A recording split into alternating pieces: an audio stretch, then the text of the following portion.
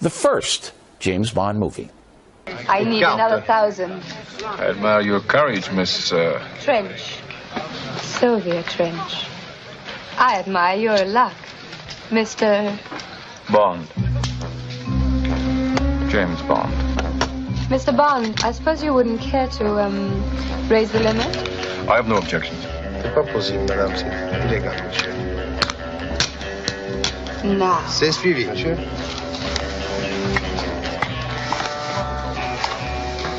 Looks like you're out to get me. Even at 12, I picked up the lady liked Mr. Connery, who's been my favorite Bond ever since because of his style and lack of political correctness. Now, the latest Bond movie, Spectre, has so far grossed about $550 million all over the world. Amazing. But things have changed in the Bond universe. The opening scenes for Spectre are tremendous, but then things go downhill about halfway through. James Bond and his girlfriend Madeline do a number of not-so-smart things. By the way, no more flamboyant names like Mary Goodnight or Brenda Fun Weekend. It's now Madeline. It's a nice name. Anyway, the duo are trying to track down the villain. Problem is, they walk right up to the bad guy's house in the middle of the day, whereupon, surprise, they're captured. Bond is tortured. Now, whose idea was that? Connery would never walk up to the villain's house. Instead, he would get a lot of guys with spear guns and black outfits. They'd go at the night when the bad guys are asleep. For the life of me, I don't know why Daniel Craig's James Bond just walked up to the guy's house. Come on, man, that was dumb. On balance, Spectre's okay, but nowhere near as entertaining as some of the previous Bonds, like Goldfinger and From Russia with Love. Factor tip of the day.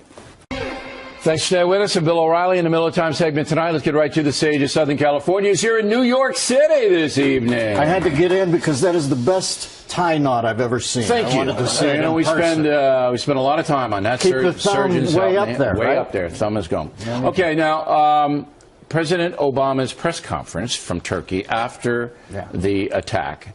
Your impression? Well, to say that Barack Obama gives radical Islam a wide berth is to say that the Kardashians are willowy. I just wish that he would start to be as nasty with radical Islam as he is with his fellow citizens who simply disagree with him. I mean, he gets he's more really, teed off against us. It's right? amazing how cranky he gets.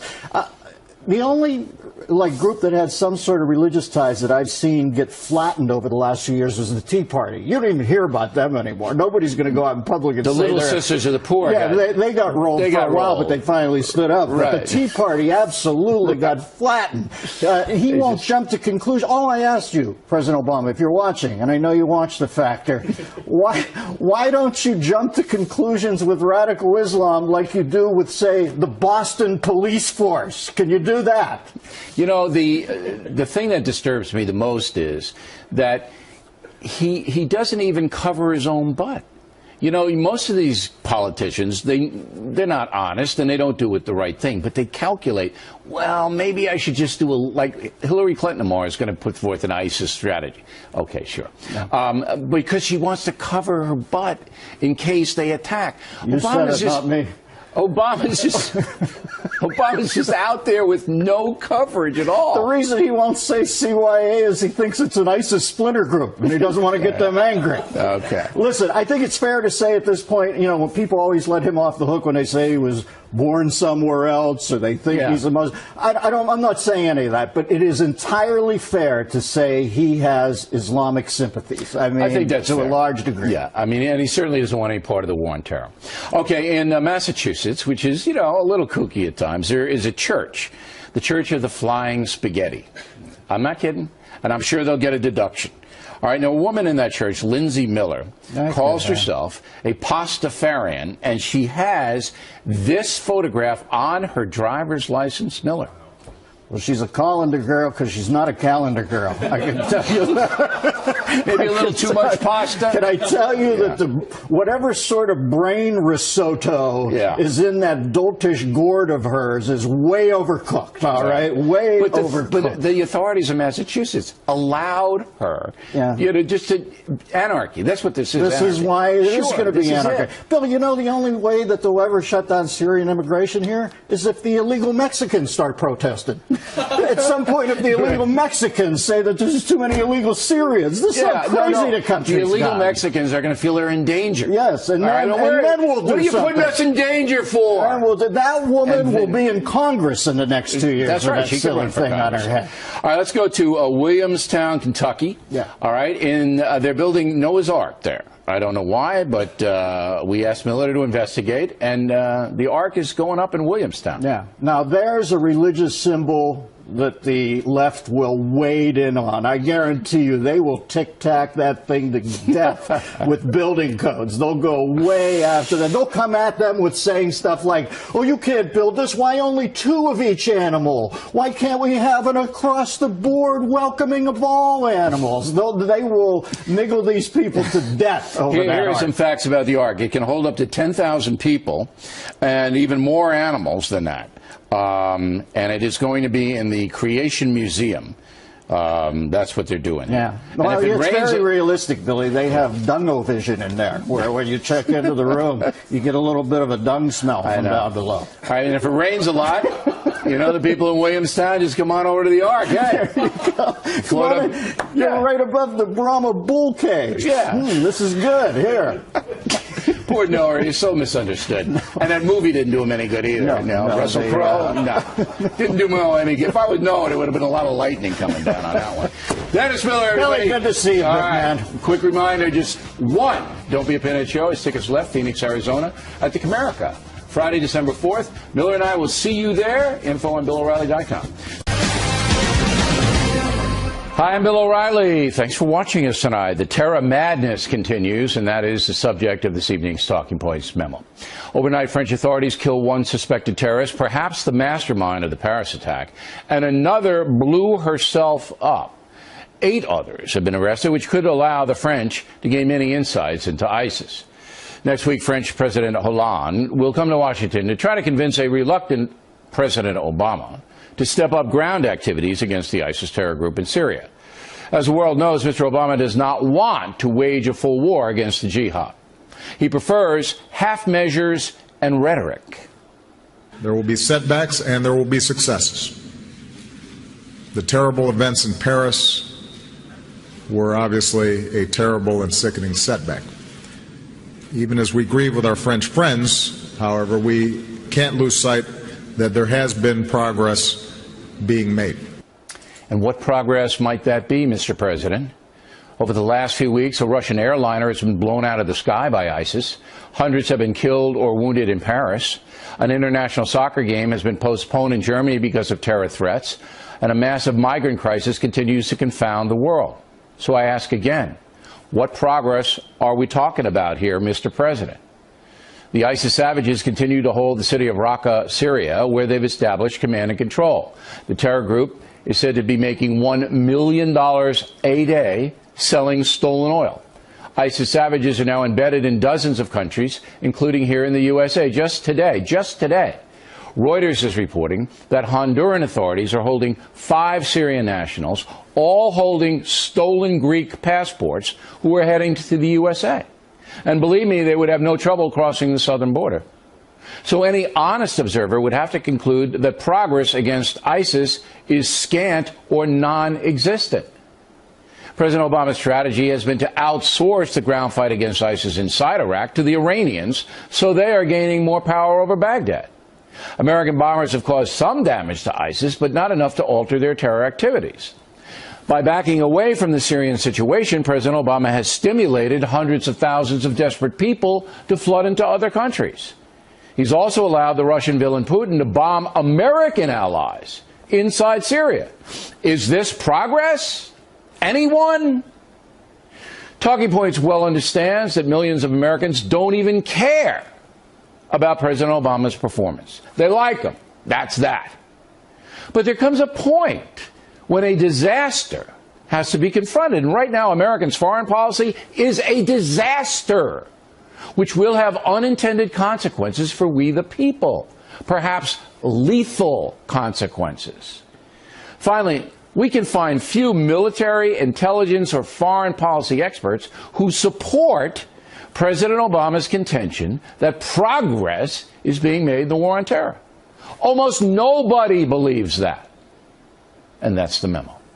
Now for the top story reaction, joining us from Cincinnati, Republican presidential contender Ben Carson. Very specifically, Doctor, there is a sense of urgency now about ISIS, all right? They're on the march. How would you defeat the movement or at least beat them back for the time being? Well, we need to recognize that it is really an existential threat to us as a nation. You know, they're part of the global jihadist movement. And what I would do is take the war to them very specifically by getting our allies in the area. You know, we have many traditional allies in the area, you know, Jordan, Egypt, Saudi Arabia, as well as our NATO allies, because the war is against all of us, you know, and I would cut off their oil because that's where they get a lot of their revenues from. Okay, but that's a Trumpism too. He said that early on, you get the oil. But how do you cut off the oil? How do you, look, Jordan's bombing them, Egypt is involved with fighting ISIS, Saudi Arabia involved with fighting them in Yemen. So you've got to have a plan, Doc. I mean, I'm not seeing any American politicians with a cogent plan at this point. Nobody. Yeah, the French have already started bombing the oil fields, but I say you have to either destroy the oil fields or you have to take them, and we can utilize, you know, the Kurds who are already in that area, particularly in eastern Syria, as well as our special ops people. I think some elements that work with us, of the Iraqis and of the Syrians, the moderate groups. You know, it's a big comprehensive program, and you have to really take the fight to them, and you have to strangulate them in terms of the ease of access that they have with cash through world banking systems. Okay, but I think we also have to. You know, Doc, here's where all the politicians, including you, with all due respect, you've got to have specific. Now, last couple of nights ago, I said Article 5 of NATO means an attack on one nation is an attack on all. So that NATO should immediately be galvanized together, and foot soldiers and air should be raised to go into Syria to get ISIS. Now, you can do it a number of different ways tactically, and I don't think we should be telling the ISIS savages what we're going to do. But the first step is to get NATO engaged, to get a formal declaration of war on ISIS. Would you oppose that? No, I wouldn't oppose that. As I said, we need to get all of our allies involved, both the ones in the Middle East and the NATO allies involved and committed to this. Okay, but that's not being done. It's not, you know, Hollande wants it, the president of France. We don't hear much from Merkel. We don't hear much from Britain. We don't hear anything from Barack Obama. So there's no leadership. That's because we're not leading. Yeah. I mean, but you have to basically say, look, we're going to commit enough troops to the theater to beat these people. And that isn't being done. And I don't think it's going to be done under President Obama. I do not think the man is going to do it. He's got 50, he puts 50 soldiers in there. It's ridiculous. It's not going to be done, and it's not going to be done with, you know, a first phone call. You know, there will be multiple phone calls. We have to call the Department of Defense and tell them what the plan is, what our goal is, and ask them, how many troops do we need? Do we need ground troops? Do we just need special ops people? You know, no, they are supposed to be experts in that area. All right, the NATO forces, if they would go in, as well, would solve the refugee problem somewhat as well. Because if you send NATO troops in, they establish safe zones so these poor people don't have to go to Europe and the United States. That being said, but we can't depend on them. We can't depend on them. We actually should ask them to get involved without question. Well, we should declare war. We can't war. Depend on them. If the NATO nations don't declare war, then they don't have to be a part of NATO anymore. I mean, look, why do we have NATO? Why is it there? It's to protect the world from this kind of stuff. It's frustrating. Well, now, you as a Christian, I got to ask you this, and I only have a short time with you. Okay. You as a Christian, all right, you know there are suffering migrants. You know there are suffering people in Syria and other places. There's a movement not to take any of them in the United States. What do you say? I say we have to be extremely wise. If you were trying to infiltrate that group with terrorists, you would see a golden opportunity here. So we need to make sure that that's not being done. So the vetting process cannot be unilateral. It cannot just be, one side, the administration saying, yes, we've vetted them, this is great. It needs to be done in a way that's transparent, that everybody can look at and say, yes, this is satisfactory. Yeah. If you don't do that, then almost you can't accept them. impossible with the bureaucracy the way it is. But I still think if NATO got involved and we set those safe zones up, that the refugees could go back there and we wouldn't have to deal with this madness. Doctor, we appreciate your time. And that's what I've said all along. That's the goal. Absolutely. Thank you. Campaign 2016 segment tonight. There's no question the Democratic Party has gone far left. Moderate Democrats are few in Congress and are afraid. It's a far cry from the leadership of John and Robert Kennedy, who were generally hardliners when it came to foreign policy.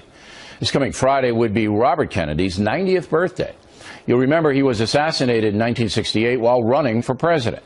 A Palestinian named Saran shot him dead in Los Angeles, that assassin still in prison. Now, RFK was a tough guy, and as Attorney General confronted the mafia and civil rights offenders. I admire much of what he did.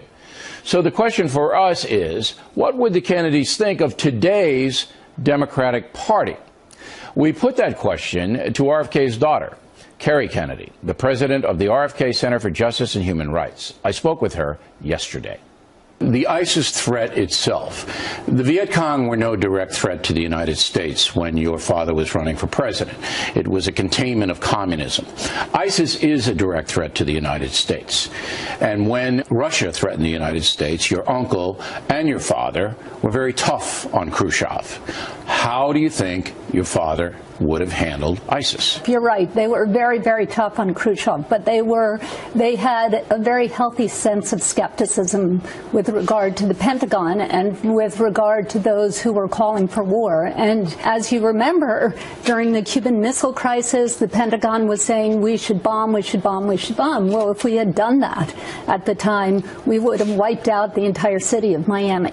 Nobody was tougher on Khrushchev, but they were very skeptical about going to war because they had both been in the Navy. They had both seen war. It's hard to say what Daddy would do now, 50 years later, but I think if you looked at his life, he again and again tried to avoid war and tried to save people's lives and tried to bring peace. Right. And that's what his life is about. We now face a very, very serious threat, and we saw what Al-Qaeda did on 9/11. Let's go to the refugees. I think that he would absolutely say we should allow the refugees, who are mostly women and children, to come into the United States. I agree that your father, and I know him through studying, and I wrote, of course, Killing Kennedy, so I know your family pretty well, would have accepted the refugees, not single men. I think that if you look at who are the refugees we're talking about, especially Syrian refugees, they're in UN-controlled refugee camps in our ally states like Turkey and Jordan, etc. They are vetted by the United Nations first. Then they go through the whole UN process under the United Nations High Commissioner on Refugees. Then next step, they go through the U.S. process, and they're vetted again by the Terrorism Task Force. So these are very, very vetted people. I think your father would take them in, and I would take them in. Well, I think that's great. No single men. All right, now I had a beef with you and your foundation over a group in Morocco that your Justice Foundation had designated as a human rights violator. You remember the group, correct? I do, absolutely. All right. That group paid Bill Clinton and Chelsea Clinton $1 million to go to Morocco to give a speech. I said your group should stand up and say, no, human rights violators should not be included in the Clinton Foundation's donation deal. And you disagree, correct? Well, I'll tell you something, Bill. You are so great because my father is one of your heroes. You come to our dinner almost every year, our gala, and you are so generous to us. We get donations from all over the world, and we definitely do not go to each and every one and vet them. I don't know, but I vetted. out who But they I are. vetted you, Well, and you don't take money from human rights violators. But the Clinton Foundation does. Well, It's as simple as that. I asked you to stand up and say that's not a good thing. You didn't do it, so I boycotted you this year. I still Come think. back. We I miss still you. think. We need you. I think your Justice Center is worthy. Thank you. But if I'm going to contribute heavy money to a Justice Center, I want it to be a Justice Center. And when a human rights violator goes in and gives Bill Clinton $1 million, you can say, you know what, maybe you want to rethink that. That's just my opinion. I'll give you the last word. I appreciate that, and I think what's really important is what's going on in Western Sahara, and I'm glad that Fox News is talking about that. It's a land that's been occupied by Morocco for 30 years.